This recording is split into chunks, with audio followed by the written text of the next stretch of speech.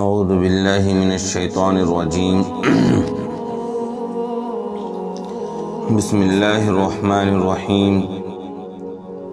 سنلقی فی قلوب الذین کفروا الرعب بما اشرکوا باللہ ما لم ينزل به سلطانا ومأواهم النار وبئس مثوى الظالمین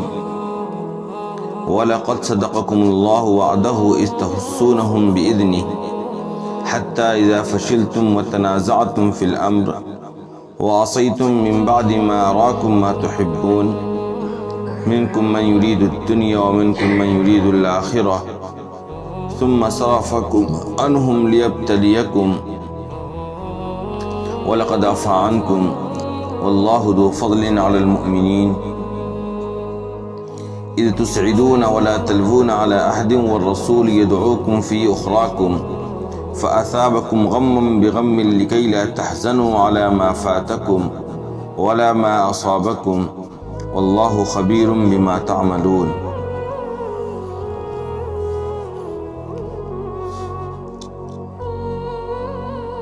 ان قریب ہم کافروں کے دلوں میں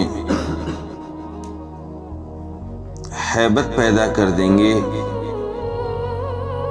اس وجہ سے کہ انہوں نے اللہ کے ساتھ ایسی چیز کو شریک ٹھہرایا ہے جس کے بارے میں اللہ تبارک و تعالیٰ نے کوئی دلیل نہیں اتاری ہے. ان کا ٹھکانہ جہنم ہے اور وہ ظالموں کا برا ٹھکانہ ہے. یقیناً اللہ تبارک و تعالیٰ نے تم سے اپنا کیا ہوا وعدہ پورا کیا جب تم ان کافروں کو اللہ کے حکم سے قتل کر رہے تھے یہاں تک کہ تم پھسل گئے اور تم نے امر کے سلسلے میں اختلاف کیا اور بعد اس کے کہ اللہ تم کو وہ چیز دکھلایا جس کو تم پسند کر رہے تھے لیکن تم نے نافرمانی کی. تم میں سے کچھ لوگ دنیا کا ارادہ رکھتے تھے اور تم میں سے کچھ آخرت کی طلب رکھتے تھے. پھر اللہ نے ان کافروں سے تمہارا رخ پھیر دیا تاکہ اللہ تم کو آزمائے اور یقینی طور پر اللہ تبارک و تعالیٰ نے تم سب کو معاف کر دیا ہے اور اللہ تبارک و تعالیٰ مومنوں پر بڑا فضل کرنے والا ہے. یاد کرو اس وقت کو جب تم اوپر کی طرف چڑھے جا رہے تھے اور تم کسی کی طرف مڑ کر نہیں دیکھ رہے تھے حالانکہ رسول تم کو پیچھے سے پکار رہے تھے. پھر اللہ نے تم کو غم دیا غم کے بدلے تاکہ تم آئندہ غم نہ کرو اس چیز پر جو تم سے فوت ہو جائے اور نہ ان تکلیفوں پر جو تم کو پہنچے اور اللہ تبارک و تعالیٰ تمہارے اعمال سے باخبر ہے.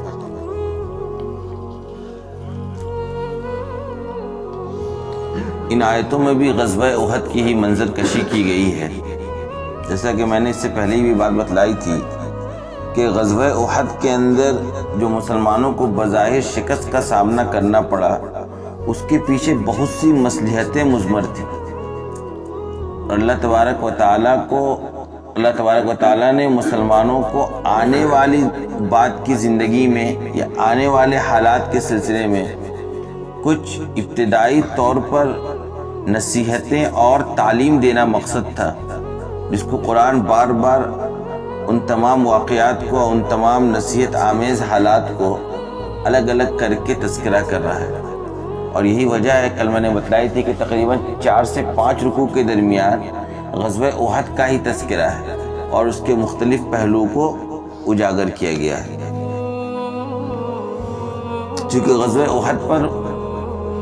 کئی آیتیں آ رہی ہیں اس لیے ابتدا میں ہی پورے واقعے کو آپ کے سامنے بیان کیا جا چکا ہے. ان واقعات کو ذہن میں رکھتے چلیے گا تو انشاءاللہ آنے والی آیتوں کو سمجھنا آسان ہوتا جائے گا. یہ جو پہلی آیت ہے اس کے اندر اللہ تبارک و تعالیٰ نے یہ بات کہی کہ ہم نے کافروں کے دل میں رعب پیدا کیا اور رعب پیدا کرنے کی وجہ بیان کی کیونکہ انہوں نے اللہ کے ساتھ ایسی چیز کو شریک قرار دیا ہے جس کے بارے میں اللہ تبارک و تعالیٰ نے کوئی دلیل نازل نہیں کی ہے. یہ روب پیدا کرنے کا واقعہ اس طرح سے ہوا تھا کہ اولاً تو جب مسلمان شہید کیے جا رہے تھے احد کے میدان میں اور بظاہر مسلمان شکست کھا رہے تھے، اس کے باوجود جنگ کے اختتام تک پہنچنے سے پہلے ہی یہ لوگ مدینہ چھوڑ کر مکہ واپس جانے لگے تھے۔ یعنی جنگ کا پورا فیصلہ ابھی نہیں ہوا تھا اور مسلمان کمزوری کے پہلو میں تھے، یہ لوگ مسلمانوں پر حاوی تھے، اس کے باوجود اللہ تبارک و تعالیٰ نے ان کے دلوں میں ایسا رعب پیدا کیا کہ یہ لوگ درمیان جنگ سے ہی مکہ مکرمہ واپس لوٹنے لگے۔ تو ایک تو رعب یہاں پر ان کے دل میں اللہ تبارک و تعالیٰ نے پیدا کیا، ورنہ حالات ایسے تھے کہ یہ لوگ چاہتے تو مسلمانوں کا صفایا اس دن کر دیتے کھڑے ہو کر، یعنی ذہنی طور پر بھی مسلمان شکست کھا چکے تھے اور یہ لوگ حاوی تھے اس موقع پر۔ اس کے بعد جب یہ لوگ واپس لوٹنے لگے تو کچھ دور جانے کے بعد ان کو یہ ہوش آیا کہ ارے بھائی ہم لوگوں سے تو آج حماقت ہو گئی، ہم لوگ واپس چلے آئے، حالانکہ ہم تو وہاں پر مضبوط تھے اور حالت ایسی تھی کہ تھوڑی سی اور ہم لوگ کوشش کرتے تو آج روئے زمین سے مسلمانوں کا نام اور ان کی ہستی کو مٹا ہی دیا جاتا، اور ہم لوگ یہ کام مکمل کیے بغیر واپس لوٹ رہے ہیں۔ تو اب ان کے دل میں خیال آیا کہ واپس چلو لوٹا جائے مدینہ منورہ اور آج ان کا کام تمام ہی کر دیا جائے۔ تو اس موقع پر بھی اللہ تبارک و تعالیٰ نے کیا کیا کہ ان کے دلوں میں رعب پیدا کر دیا، لہذا ان کے اندر دوبارہ ہمت نہیں ہوئی مدینہ منورہ لوٹنے کی۔ لیکن ان لوگوں نے درمیان میں کیا کیا کہ یہ لوگ ایک بستی ملی، اس بستی کے کچھ لوگ ان لوگوں نے تیار کیا، ان کو کچھ مال دیا، کہا ہم تمہیں اتنا مال اور پیسہ دیں گے، تمہارا کام یہ ہے کہ تم واپس جا کے مدینہ منورہ میں مسلمانوں کو یہ بات کہہ دو، یہ پیغام پہنچا دو کہ یہ جو مکہ کے کفار آئے تھے یہ لشکر دوبارہ تمہارے اوپر حملہ کرنے آ رہا ہے۔ یعنی مسلمانوں کو لوگ ڈرانا چاہ رہے تھے درمیان راستے سے کہ پیغام بھیج، مسلمان سوچیں گے کہ بھائی پھر سے وہ لوگ آ رہے ہیں حملہ کرنے کے لیے، پتہ نہیں ہماری کیا حالت ہوگی۔ تو ان لوگوں نے یہ کام کیا، حمراء الاسد ایک جگہ ہے اس سے تھوڑے سے آگے، لیکن یہ تمام باتیں ابھی درمیان میں ہی آپ صلی اللہ علیہ وسلم پر اللہ تبارک و تعالیٰ نے وحی کے ذریعے کھول دی۔ یعنی ان لوگوں نے جو ارادہ کیا بیچ راستے میں، یا ان لوگوں نے جو گفتگو کی آپس میں کہ مسلمانوں کو آج ختم ہی کر دینا چاہیے، یا ان لوگوں کے دلوں میں دوبارہ یہ جذبہ پیدا ہوا واپس آنے کا، لیکن اللہ تبارک و تعالیٰ نے ان کے دلوں میں رعب پیدا کیا جس کی بنیاد پر وہ واپس نہیں آئے۔ لیکن آپ صلی اللہ علیہ وسلم کو جب وحی کے ذریعے خبر ملی تو آپ صلی اللہ علیہ وسلم نے خود صحابہ کرام کو لے کر ان کے تعاقب میں آپ حمراء الاسد تک گئے، لیکن یہ لوگ واپس نہیں لوٹے۔ پھر آپ حمراء الاسد سے واپس مدینہ منورہ لوٹے، یعنی آپ ایسا نہیں ہے کہ بیٹھ گئے، جیسے خبر ملی تو آپ دوبارہ مسلمانوں کے جماعت کو لے کر ان کے تعاقب میں آگے بڑھیں کہ اگر یہ لوگ واپس لوٹیں گے تو ان سے ہم پھر مقابلہ کریں گے۔ لیکن اللہ تبارک و تعالیٰ کے ذریعے ان کے دلوں میں رعب اور ہیبت پیدا کرنے کی وجہ سے لوگ دوبارہ واپس لوٹ کر نہیں آئے۔ پھر اللہ نے کہا کہ یہ سارا معاملہ ہم نے اس لیے کیا کیونکہ انہوں نے ہمارے ساتھ شرک کر رکھا ہے اور شریک بھی ایسی چیزوں کو کر رکھا ہے جس کے ہمارے ساتھ شریک ہونے کے سلسلے میں ہم نے کوئی دلیل نازل نہیں کی۔ یعنی اللہ تبارک و تعالیٰ کے ساتھ جن چیزوں کو یہ لوگ شریک قرار دے رہے ہیں اس سلسلے میں قرآن و حدیث میں یا قرآن و حدیث سے پہلے جو بھی آسمانی کتابیں نازل ہوئی ہیں ان میں کہیں بھی ان کے شریک ہونے کے بارے میں کسی طرح کی کوئی دلیل پائی نہیں جاتی ہے۔ یعنی نہ لفظاً کوئی دلیل ملتی ہے، نہ صراحتاً کوئی دلیل ملتی ہے، نہ معنوی طور پر کوئی دلیل ملتی ہے۔ یعنی کوئی ایسی آیت یا کسی ایسے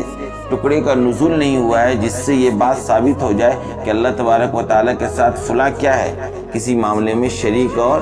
ان کا مددگار ہے۔ لہذا ایسی کوئی دلیل ہی موجود نہیں ہے، اس کے باوجود ان لوگوں نے کیا کیا، اللہ تبارک و تعالیٰ کے ساتھ شرک کیا۔ اسی بنیاد پر اللہ تبارک و تعالیٰ نے ان کے ساتھ یہ معاملہ کیا۔ اس کے بعد اللہ نے کہا مأواہم النار، یہ جتنے کفار ہیں ان کا ٹھکانہ کہاں ہے، جہنم ہے، وبئس مثوی الظالمین، اور یہ جو جہنم بھی ہے یہ ظالموں کا برا ٹھکانہ ہے۔ یعنی یہ ظالموں کے لیے کوئی آرام گاہ نہیں ہے بلکہ انتہائی برا ٹھکانہ ہے جہنم ظالموں کے لیے۔ اس کے بعد والی آیت میں اللہ نے کہا کہ وَلَقَدْ صَدَقَكُمُ اللَّهُ وَعْدَهُ إِذْ تَحُسُّونَهُم بِإِذْنِهِ حَتَّى إِذَا فَشِلْتُمْ وَتَنَازَعْتُمْ فِي الْأَمْرِ وَعَصَيْتُم مِّن بَعْدِ مَا أَرَاكُم مَّا تُحِبُّونَ مِنكُم مَّن يُرِيدُ الدُّنْيَا وَمِنكُم مَّن يُرِيدُ الْآخِرَةَ۔ اس آیت میں اللہ تبارک و تعالیٰ نے کہا کہ دیکھو ہم نے تم سے جو وعدہ کیا تھا اس کو ہم نے سچ قرار دیا، یعنی اللہ نے یہ وعدہ کیا تھا کہ ہم مومنوں کے مددگار ہوں گے، جو ہم پر ایمان لائے گا ہم اس کا تعاون کریں گے۔ اللہ کا یہ وعدہ تھا مومنوں سے، اور اللہ نے اپنے اس وعدے کو غزوہ احد میں بھی پورا کیا۔ کیوں؟ کیونکہ غزوہ احد کا جو پورا واقعہ بیان کیا گیا اس میں یہ بات بتلائی گئی تھی کہ ابتدائی دور میں مسلمانوں کو فتح ہوئی اور مسلمانوں نے باضابطہ کافروں پر حملہ کیا، اور اللہ کے حکم سے وہ لوگ کافروں کو قتل بھی کر رہے تھے۔ یہ پورا معاملہ چل رہا تھا، یہاں تک کہ چند صحابہ کرام جن کو آپ صلی اللہ علیہ وسلم نے ٹیلا پر بیٹھا رکھا تھا، ان کو یہ اندیشہ ہوا کہ اب کیا ہو گیا ہے، غلط فہمی پیدا ہوئی کہ جنگ ختم ہو گیا ہے اور ہمیں اب مال غنیمت کو حاصل کرنے کے لیے آگے بڑھنا چاہیے۔ جب وہ لوگ بڑھے اور وہ علاقہ خالی ہو گیا تب دوبارہ کافروں نے آ کر حملہ کیا تھا۔ تو ابتدائی دور میں اللہ کا وعدہ پورا ہو رہا تھا، اور جو آخری وقت میں جو مسلمانوں کے خلاف یہ جنگ پڑ گیا اس کی وجہ کیا تھی، اس کو قرآن نے بہت تفصیل سے پیچھے بھی بیان کیا، اس آیت میں بھی بیان کیا، کہا کہ دیکھو یاد کرو کہ اللہ نے تم سے اپنا وعدہ پورا کیا۔ کیوں؟ تم اللہ کے حکم سے ان کو قتل کر رہے تھے شروع میں، پھر ہوا یہ کہ حتی اذا فشلتم وتنازعتم فی الامر، پھر معاملہ یہ ہو کہ تم خود پھسل گئے اور تم نے اللہ کے رسول کے حکم کے سلسلے میں آپس میں اختلاف کیا۔ یعنی وہ جو صحابہ کرام 50 کی ٹکڑی موجود تھی ان میں آپس میں آپ صلی اللہ علیہ وسلم کے حکم کے بارے میں تم یہاں ٹھہرو، اختلاف ہو گیا کہ بھائی یہاں ٹھہرنے کا حکم ہم اس وقت تک ہے جب تک دوبارہ آپ کا حکم نہ آ جائے، یا یہ کہ یہاں ٹھہرنے کا حکم اس وقت تک تھا جب تک کہ جنگ میں فتح و شکست کا فیصلہ نہیں ہو جائے۔ اور چند صحابہ کرام نے کہا کہ چونکہ جنگ میں فتح ہو گئی ہے اور اب مال غنیمت کو محفوظ کرنے کا وقت ہے، لہذا یہاں سے چلا جائے۔ تو یہ جو اختلاف تھا آپس میں اجتہادی اختلاف تھا، دونوں کی اپنی اپنی دلیل تھی۔ جو لوگ کہہ رہے تھے کہ نہیں جانا ہے ان کا کہنا تھا کہ جب تک آپ صلی اللہ علیہ وسلم کا حکم دوبارہ نہیں آ جائے تب تک رکنے کا حکم ہے، اور جن لوگوں نے کہا کہ نہیں چلنا چاہیے ان کی دلیل یہ تھی کہ چونکہ آپ صلی اللہ علیہ وسلم کا حکم تھا کہ بھائی تم یہاں رہو، کیوں؟ تاکہ جنگ ہو رہی ہے، جنگ میں ہماری تم حفاظت کرو، اور جنگ چونکہ اب ختم ہونے جا رہی ہے اور مسلمانوں کو فتح حاصل ہو گئی، اس لیے ہمیں بھی اب اس جگہ سے ہٹ جانا چاہیے۔ تو یہ قرآن نے کہا یہاں تک کہ تم پھسل گئے اور تم نے اختلاف کیا آپس میں اللہ کے رسول کے حکم کے سلسلے میں، اور بعد اس کے کہ اللہ تم کو وہ چیزیں دکھلا بھی رہا تھا جس کو تم پسند کرتے ہو، اس کے باوجود تم نے آپ صلی اللہ علیہ وسلم کے حکم کی نافرمانی کی، اور وہ کیا تھا؟ وہ تھی مال غنیمت۔ مال غنیمت ان کو دکھنے لگی تھی کہ مال غنیمت اب ہمارا ہو جائے گا، اب کافر یہاں سے بھاگ رہے ہیں، اس کے باوجود ان لوگوں نے کیا کیا؟ اللہ کے رسول کے حکم کی نافرمانی کی۔ دیکھیے قرآن جو انداز اپنا رہا ہے اس سے پتہ چل رہا ہے کہ صحابہ کرام سے غلطیاں ہوئیں، لیکن ان غلطیوں کو اللہ تبارک و تعالیٰ نے اس آیت میں بھی، اس کے بعد جو آیت آئے گی کل انشاءاللہ اس میں بھی یہ بات کو واضح کر دیا کہ ہم نے ان گناہوں کو معاف کر دیا۔ وَلَقَدْ عَفَا عَنْكُمْ، جب اللہ نے معاف کر دیا تو اب کسی کو بعد میں انگلی اٹھانے کا اختیار نہیں ہے کہ صحابہ کی طرف سے اس موقع پر کیا ہوا تھا، کسی طرح کی لغزش یا غلطی ہوئی تھی جس کی وہ فرما برداری کرتے تھے، اگر ظاہراً ان کی نافرمانی ہوئی تو جس کی نافرمانی اس نے خود معاف کر دیا، تو جب اس نے خود معاف کر دیا تو ہمارا اور آپ کا کوئی اختیار یا ہمارا اور آپ کا معاملہ صحابہ کرام کے معاملات کو لے کر کچھ بھی نہیں ہے، لہذا ہمیں اور آپ کو اب زبان دراز کرنے کی اجازت نہیں ہے۔ تو قرآن نے کہا کہ بعد اس کو کہ ہم نے تم کو دکھلا دیا تھا وہ چیزیں جس کو تم پسند کر رہے تھے، پھر بھی تم نے اختلاف کیا، اور اختلاف کیا اس طور پر کہ منکم من یرید الدنیا ومنکم من یرید الآخرہ، کہ تم میں سے کچھ تو دنیا کو چاہ رہے تھے اور کچھ آخرت کے طلبگار تھے۔ دنیا چاہنے کا مطلب یہی تھا، کیا؟ مال غنیمت کا حاصل کرنا۔ لیکن کل میں نے یہ بات بتلائی تھی، آج بھی اس کو واضح کر دینا ضروری ہے کہ یہ صورتاً دنیا طلبی تھی، حقیقتاً دنیا طلبی نہیں تھی۔ کیوں؟ کیونکہ مال غنیمت میں ان کا جو حق متعین تھا وہ اس صورت میں بھی ملتا جب یہ وہاں اس کو جمع کرنے نہیں جاتے، یعنی ایسا نہیں ہے کہ جمع کرنے جانے کی وجہ سے ان کو مال غنیمت کچھ زیادہ مل جائے، لہذا ان کی یہ صورت تھی، فطری طور پر مال کی طلب کا پیدا ہونا فطری ہے، لیکن مال طلب کرنے سے یا مال حاصل کرنے کے لیے ان کی جانے سے ان کو زیادہ مال مل جاتا ایسا نہیں تھا۔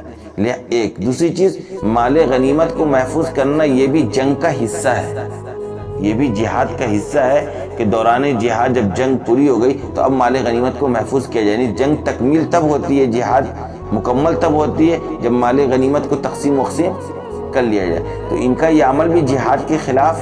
نہیں تھا، لیکن صورت اس طرح کی تھی۔ اور کل میں نے یہ بات بتلائی تھی کہ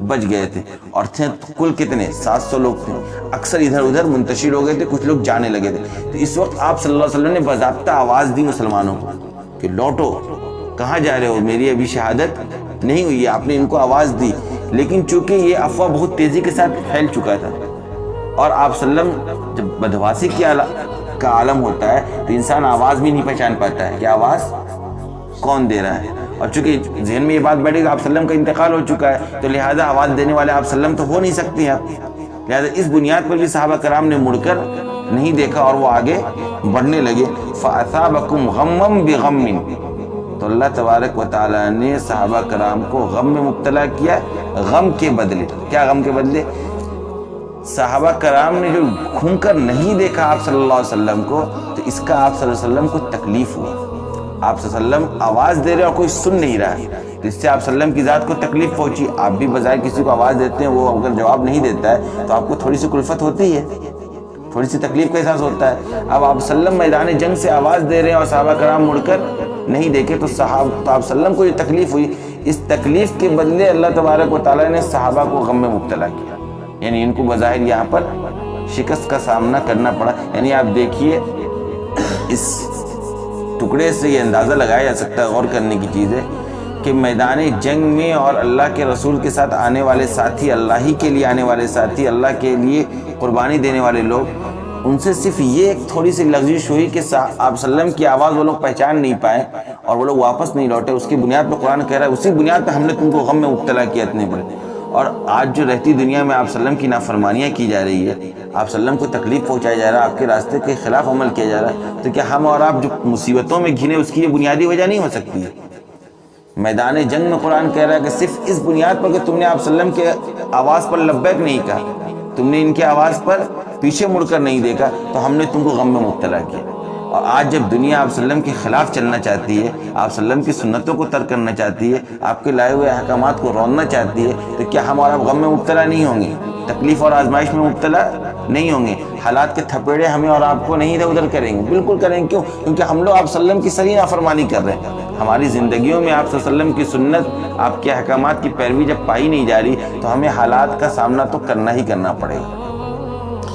پھر اس کے پیچھے بھی جو مقصد تھا غم پہنچانے کو بھی قرآن نے کہہ دیا، لیکن یہاں پہ واقعہ یہ ہوا تھا کہ بعد میں پھر چل کر کعب ابن مالک رحمۃ اللہ علیہ غالباً انہوں نے پھر آواز دیا، تب پھر صحابہ کرام لوٹے۔ یعنی یہ جو درمیان سے بھاگے کافر، جنگ کا پورا فیصلہ ہوا نہیں، بین بین معاملہ رہا۔ ابتدا میں مسلمانوں کو فتح ہوئی، درمیان میں کافروں کو شکست ہوئی، آخری میں معاملہ بین بین رہا، وہ لوگ واپس چلے گئے۔ تو واپس جانے سے پہلے صحابہ کرام واپس لوٹ گئے تھے پھر میدان جنگ میں، اور یہ لوٹنا ہوا تھا حضرت کعب ابن مالک رضی اللہ تعالیٰ عنہ کی آواز پر۔ تو یہاں پر ایک سوال یہ ہوتا ہے، المفسرین اس کا تذکرہ کیا، اس لیے میں بھی کر دے رہا ہوں کہ آپ صلی اللہ علیہ وسلم نے جب آواز دی تو صحابہ کرام نہیں لوٹے، لیکن کعب ابن مالک کی آواز پر صحابہ کرام لوٹ گئے۔ اس کی کیا وجہ ہوئی؟ بولے اس کی وجہ یہ ہوئی چونکہ کعب ابن مالک کی آواز جو انہوں نے دی تھی اس میں یہ خبر بھی موجود تھی کہ آپ صلی اللہ علیہ وسلم شہید نہیں کیے گئے ہیں، یہ صرف افواہ ہے۔ اور آپ صلی اللہ علیہ وسلم نے جو آواز دی تھی اس کے اندر یہ خبر نہیں تھی، آپ صرف واپس بلا رہے تھے، اور ان کے ذہن و دماغ میں تو یہ بات بیٹھ گئی تھی کہ آپ صلی اللہ علیہ وسلم تو شہید کر دیے گئے، لہذا یہ واپس نہیں لوٹے۔ لیکن جب ان کے میدان سے واپس جانے کی وجہ ہی یہی ہوئی تھی کہ ان کو یہ خبر مل گئی تھی کہ آپ صلی اللہ علیہ وسلم اب باقی نہیں رہے، لہذا جب ان کو دوبارہ یہ خبر ملی کعب ابن مالک کی طرف سے کہ آپ صلی اللہ علیہ وسلم دنیا میں موجود ہیں، آپ کی شہادت کی خبر غلط ہے، جب یہ خبر مل گئی تو یہی وجہ بنی تھی واپس ہونے کی، لہذا جب خبر سے غلط نکلی تو فوراً صحابہ کرام واپس لوٹا۔ اسی وجہ سے صحابہ کرام نے آپ صلی اللہ علیہ وسلم کی آواز پر دوبارہ نہیں لوٹا، لیکن کعب ابن مالک کی آواز پر یہ لوگ دوبارہ لوٹ کر آئے، اسی بنیاد پر کہ ان کے اعلان میں اس خبر کی تکذیب بھی تھی۔ کہا یہ جو سارا ہم نے تم کو غم وغیرہ پہنچایا اس کا مقصد یہ تھا لِكَيْ لَا تَحْزَنُوا عَلَى مَا فَاتَكُمْ وَلَا مَا أَصَابَكُمْ، تاکہ اب آئندہ ان تمام چیزوں پر جو تم سے فوت ہو جائے یا ان تمام تکلیفوں پر جو تم کو پہنچے اس پر تم غم نہیں کرو گے۔ یعنی ہم نے تم کو بات بتلا دی کہ دیکھو اگر نافرمانی کرو گے تو اس کی سزا تم کو ملے گی، لیکن سزا بھی آزمائشی طور پر ہے، تمہاری اصلاح کے لیے یہ سزا دی جا رہی ہے۔ لیکن ایک بات اور جان لو، اگر حقیقت جو پیچھے بھی آیت آ گئی، آپ صلی اللہ علیہ وسلم اگر کل نہیں رہیں گے تو اس کا مطلب یہ نہیں ہے کہ تم اس دین سے پھر جاؤ گے، اس کا مطلب یہ نہیں ہے کہ دین کی نشر و اشاعت کا کام تم چھوڑ دو گے، اللہ کے لیے اللہ کے راہ میں قربانی دینا تم چھوڑ دو گے۔ اس کے بعد بھی اس طرح کے حالات آئیں گے، تمہیں شریک ہونا ہے اور وہاں بھی تم کو غم پہنچے گا۔ ہو سکتا ہے بہت تمہارے اپنے اعزاء و اقارب مار دیے جائیں، تمہیں بہت سے تکلیفوں کا سامنا کرنا پڑے، لیکن ان تمام حالات میں تمہیں ثابت قدم رہنا ہے، تمہیں پیچھے مڑ کر نہیں دیکھنا ہے، اس دین کو چھوڑ کر دوبارہ اس دین کی طرف نہیں جانا ہے، اور تمہیں بہت زیادہ غم میں بھی مبتلا نہیں ہونا ہے۔ لِكَيْ لَا تَحْزَنُوا عَلَى مَا فَاتَكُمْ وَلَا مَا سَبَقَكُمْ۔ ان تمام واقعات میں تمہیں ان تمام حالات سے گزارنے کا بنیادی مقصد یہ ہے کہ آئندہ تم غمگین نہیں ہوگے اس طرح کے حالات آنے پر۔ اللہ خبیر بما تعملون، اللہ تبارک و تعالیٰ تمہارے اعمال سے بالکل باخبر ہے اور اللہ نے تمہیں معاف کر دیا ہے۔ یہ ایک مشاجرت صحابہ ایک عنوان ہے کہ آپ صحابہ کرام سے جو لغزشیں ہوئی ہیں اس سلسلے میں کیا نظریہ ہونا چاہیے ایک مسلمان کا۔ انشاءاللہ اس پر کل بات ہوگی، کیونکہ آگے پھر والی آیت میں بھی اللہ تبارک و تعالیٰ صاف صاف باتیں کہہ رہا ہے کہ صحابہ کرام کو معاف کر دیا گیا ہے، اور ایک گروہ اور ایک جماعت ایسی پائی جاتی ہے جو صحابہ کرام پر بھی جن لوگوں نے انگلی اٹھایا، جیسے میں نے بھی کچھ دن پہلے بتایا تھا منکرین حدیث کی بات آئی تھی، یعنی ایسے ایسے گروہ ایسی ایسی جماعتوں کا وجود بھی ہوا اس دنیا میں جنہوں نے صحابہ کرام پر بھی انگلیاں اٹھائیں، اس طرح کے واقعات کو ہی سامنے رکھ کر کے دیکھو انہوں نے بات نہیں مانی ہے، انہوں نے مال غنیمت کے چکر میں ایسا کیا ویسا کیا، زبان دراز لوگوں نے کیا ہے، حالانکہ جمہور کا ایسا مذہب نہیں ہے۔ جمہور کا مذہب اس طرح کی چیزوں میں توقف کا ہے کہ آپ کو خاموش رہنا ہے۔ جب اللہ نے معاف کر دیا تو پھر آپ اور ہم کون ہوتے ہیں صحابہ کرام کی عملوں پر انگلی اٹھانے والے۔ کل چونکہ پھر اس سلسلے میں زیادہ تفصیل سے بات آئے گی تو اس کو نقل کیا جائے گا۔ وآخر دعوانا الحمدللہ۔